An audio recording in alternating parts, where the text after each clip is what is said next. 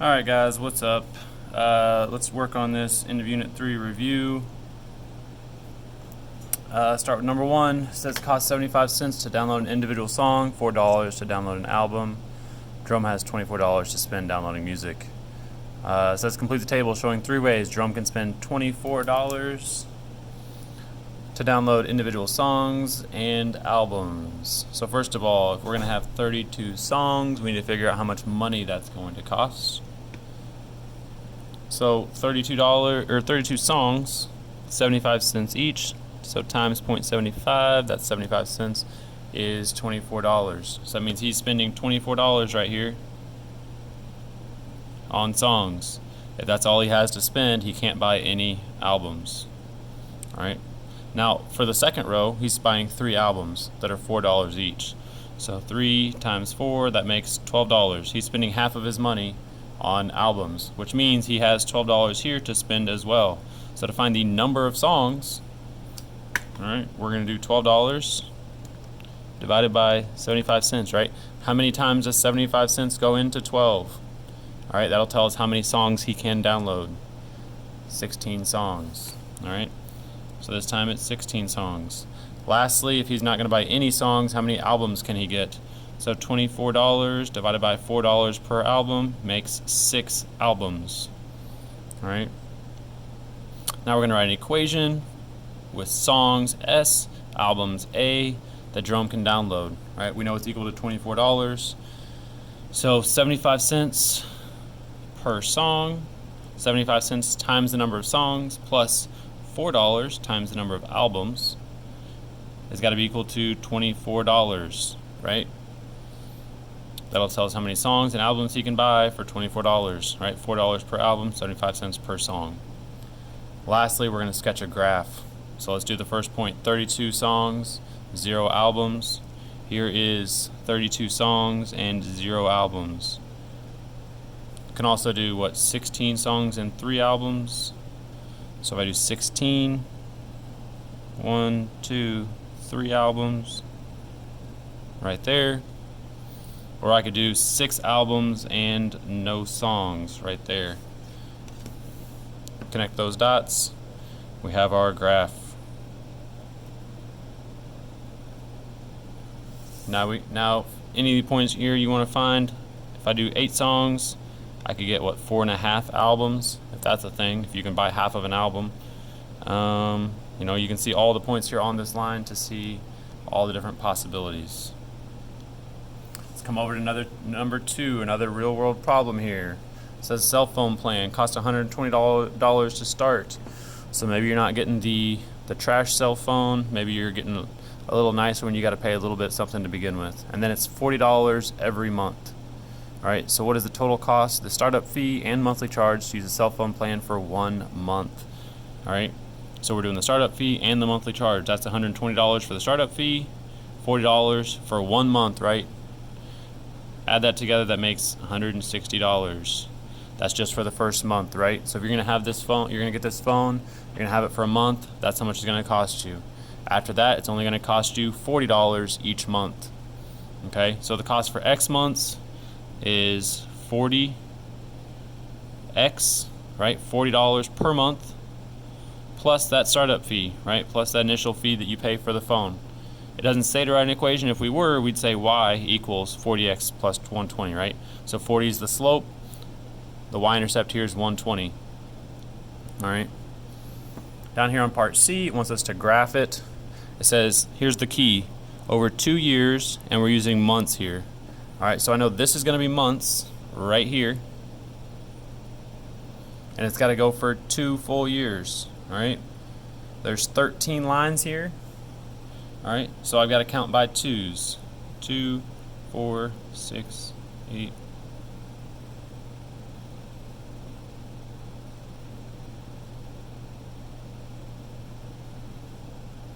Alright, so that'll get me to 2 full years, counting by months. Right, 24 months is 2 years. Next, I need to figure out what I need to count by on my y-axis, right? This is going to be the total costs for the cell phone plan. Alright, including the 120 and the $40 per month.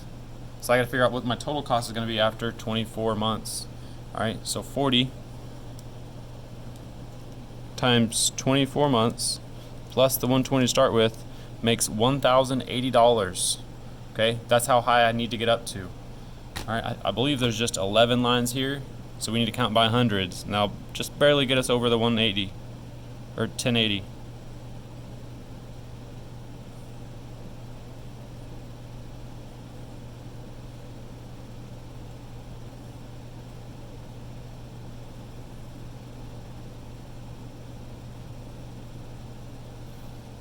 Alright, so there's our 1100. 1080 will be just short of that. So I know after 24 months I'm at 1080. So I should be like right in there. I start off at 120. That's my initial fee, right, for the phone to begin with.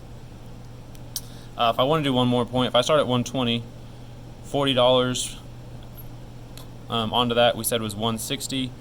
So after one more month, $40 added onto that. For the second month would be $200. So after 2 months, I'm at $200. All right, so this is kind of a nice even point here. Add an intersection that I can plot. Let's graph that line.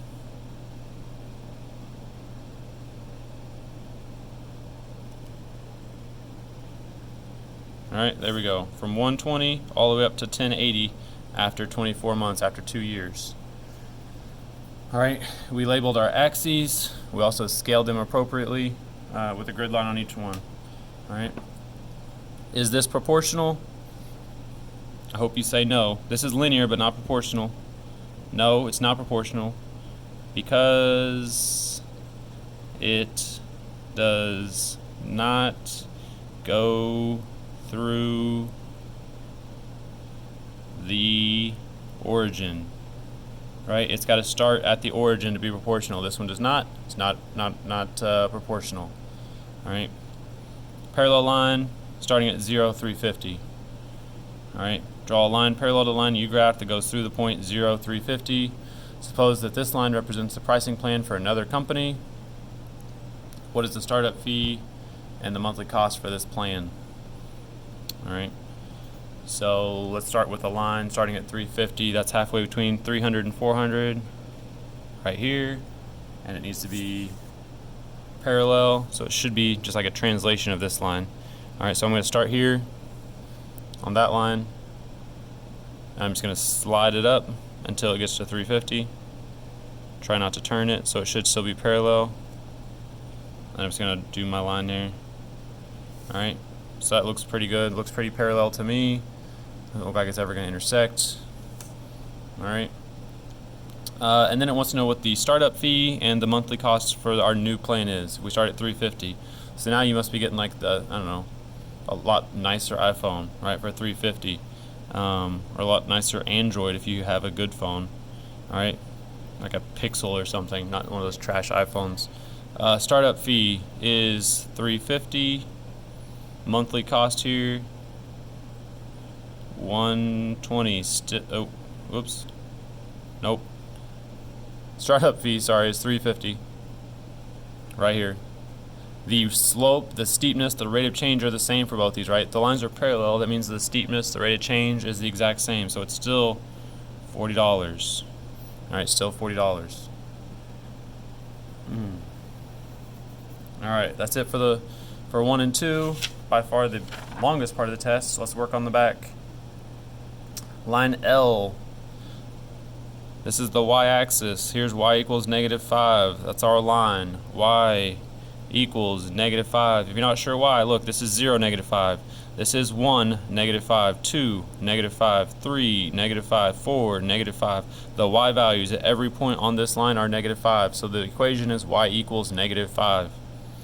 Line M, a little more involved.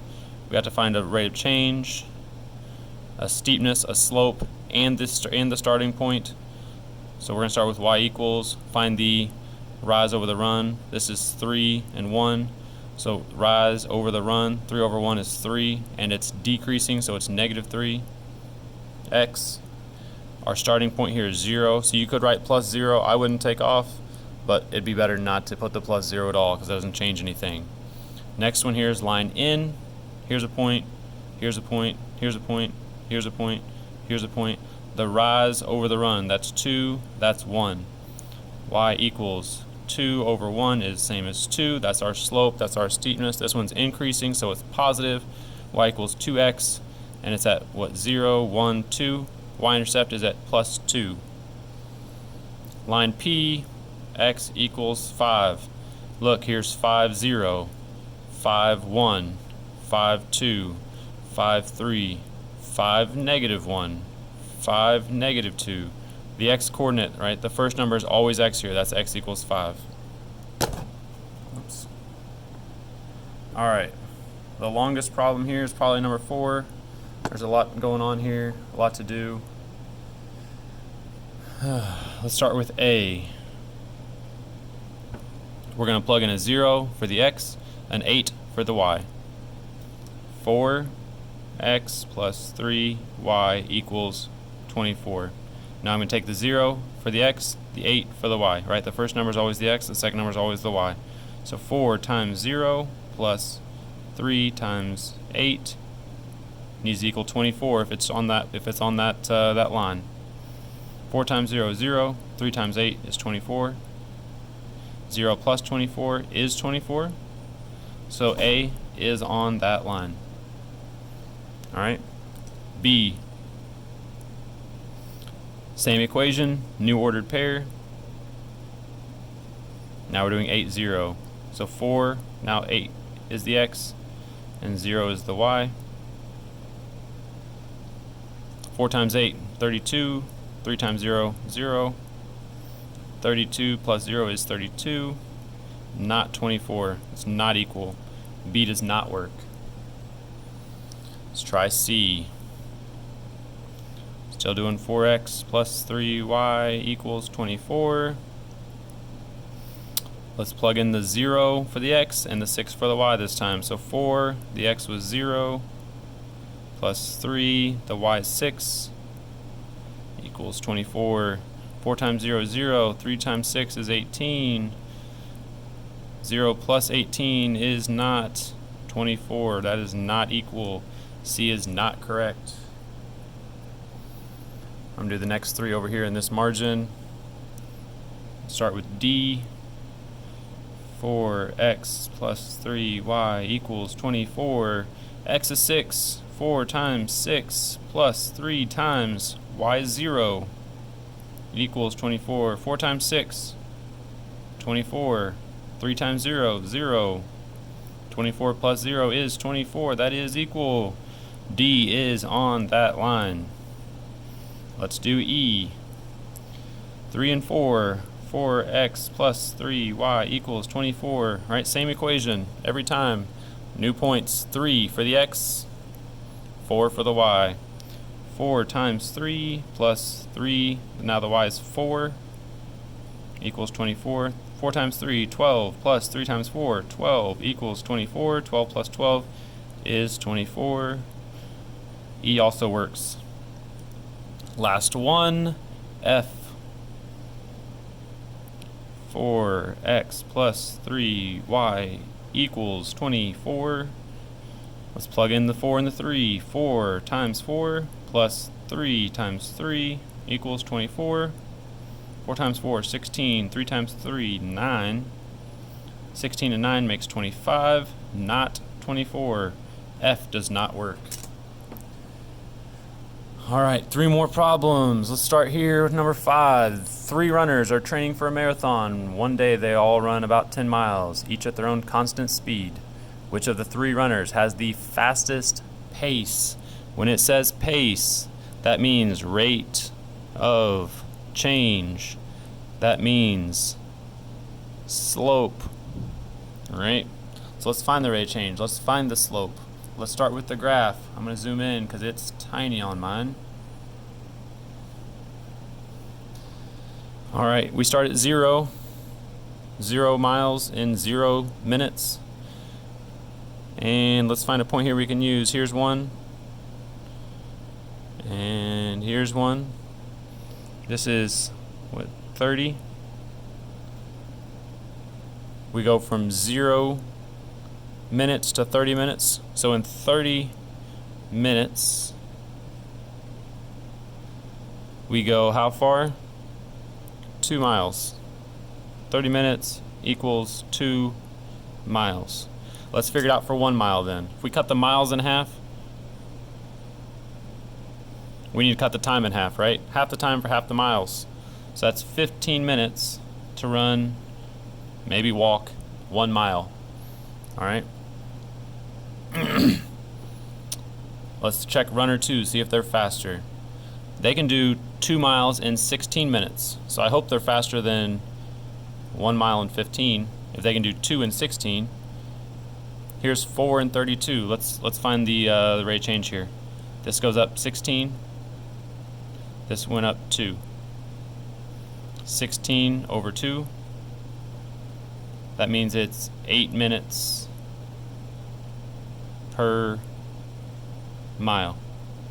Alright, so much quicker. This was 15 minutes per mile. This is only 8 minutes per mile. So far, runner 2, quite a bit quicker. One more runner here. If we do 7.5, let's say it's 1 mile here, right? That's what we've done for runner 1 and runner 2. We find out how long it took them to run 1 mile. So if we put 1 for the distance, for D, that's 1 mile.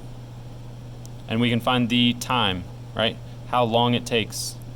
So 7.5 times 1, well, that's just 7.5, right? So the time for 1 mile is 7.5 minutes. All right. So 7.5 minutes, or 8 minutes, or 15 minutes. Who's the fastest? They're running the same distance. Runner 3 has gone 1 mile in just 7.5 minutes. Where it's taking runner 2 8 minutes. It's taking runner 1 1 minute, or 15 minutes. All right. So runner 3 is our fastest runner. All right. 2 more problems. It says Diego earns twice as. Whoops. Let's try that again. Diego earns twice as much money per hour as Lynn. Lynn earns twice as much money per hour as Jada. Select all the graphs that could represent how much Jada, Diego, and Lynn earn for different amounts of time worked. So first of all, let's just see who makes the most money here. It says Diego is twice as much money per hour as Lynn. So Diego makes more than Lynn. And Lynn earns twice as much money per hour as Jada. So Jada is even below Lynn.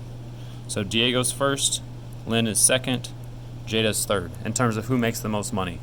Now let's see which of these graphs, all right, select all the graphs that represent that, that show that, all right, that show that Diego makes the most, then Lynn, then Jada, all right. So let's see here, on the first one, we have money earned. So if I draw a vertical line here, all right, this line here shows that Lynn, Diego, and Jada all earn the same amount of money right here. All right, this point is the same amount of money as this point, is the same amount of money as this point. But the time worked is different. Okay, Lynn has only worked this much, right? Which is less than how much time Diego's worked, and way less than how much time Jada has worked. So Lynn is making the same amount of money in less time as Diego. That doesn't make sense if Diego is supposed to be making more money, right? Diego should work less time than Lynn to make the same amount of money. All right, so right here, again, same idea. This is money earned. So now Diego is making this much money in a shorter amount of time than Lynn. Lynn is making this much amount of money, same amount as Jada here, but Jada is working longer, right? So this is the graph that shows that Diego makes the same amount of money. This would actually be half the time as Lynn, and Jada would be actually working, and Lynn would actually be working half the amount of time that Jada is working, right, to make the same amount of money. So we have Diego, then Lynn, then Jada. This is in order. This is correct. Now, they flipped the axes here. We've done time and then money earned. All right, so this is a set amount of time and how much money they make. All right, so maybe this is hours. Maybe this is 1 hour, 2 hours. Doesn't matter. Let's say this is 2 hours they've worked. Diego makes the least amount of money. Then Lynn, then Jada. This is backwards. It's supposed to be Diego, then Lynn, then Jada. So this one is not right. Down here, same idea. Say this is 2 hours. Jada makes the least money, then Lynn, then Diego. They are in order. Diego makes the most, then Lynn, then Jada. So this graph is correct. We've got one more to look at. Again, time worked. Let's say it's 2 hours. Doesn't matter. Lynn makes the least, then Jada, then Diego makes the most. These two are flip-flopped, right? Jada was supposed to make less than Lynn. Lynn was supposed to make more than Jada. So this one is not right. All right? This one's not correct. All right? So we had 2 that were right. I just circled those graphs to show those are the 2 that were right. One more question down here, number 7. It says for 2 weeks, the highest temperature each day was recorded in 4 different cities. Lines L, M, N, and P are graphs of the temperature over time in Lubbock. I believe that's a city in Texas. Starts with an L, so that's line L. Memphis is line M, New Orleans is line N, and Phoenix is line P. Select all the true statements. So it says the high temperature in New Orleans increased as time passed. Here's New Orleans. That's an increasing graph. A is true. The high temperature in Lubbock decreased over time. Here's Lubbock. That's decreasing. It's going down. The high temperature is going down. Initially, the temperature was warmer in New Orleans N than in Lubbock L. Initial temperature right here. New Orleans was here. It's supposed to be warmer than New Orleans. Was warmer in New Orleans than in Lubbock. Here's New Orleans. Colder initially than Lubbock here. All right, so Lubbock initially was warmer than New Orleans, not colder. All right? I'm not sure if I said that right. Temperature was warmer in New Orleans. No. New Orleans was colder. Lubbock was warmer. All right, so they got it backwards here in that one. Initially, Memphis was the warmest of all 4 cities. That's true. Memphis was the warmest, and it stayed the warmest, right? The whole time. So that's true.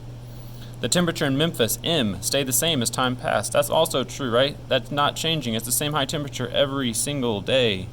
That's true. The high temperature in New Orleans rose faster than the high temperature in Phoenix. Phoenix, this line here, has the steepest slope. It is growing at the fastest rate. All right, New Orleans is growing. It's increasing, but not nearly as fast as Phoenix, right? Phoenix really shot up. They started off really cold, and they've gotten to be the warmest after just a short amount of time. So this one is not true. All right, so we had A, B, D, and E for this one. All right. Hope this helps. Hope you guys feel prepared, feel ready for the test. Make sure you get your review completely filled out. You can feel free to use it on your test. All right, those would be good notes to use on your test. Hopefully we can get everyone proficient or distinguished on both standards that will be on the test. If you have any questions, please ask. Maybe comment on the video. I can see those comments, or comment on Google Classroom, and I can hopefully respond and help you guys out. Again, hopefully you're ready. This test is going to be on Tuesday and Wednesday of next week. That's the 19th and 20th of November. Thanks, guys.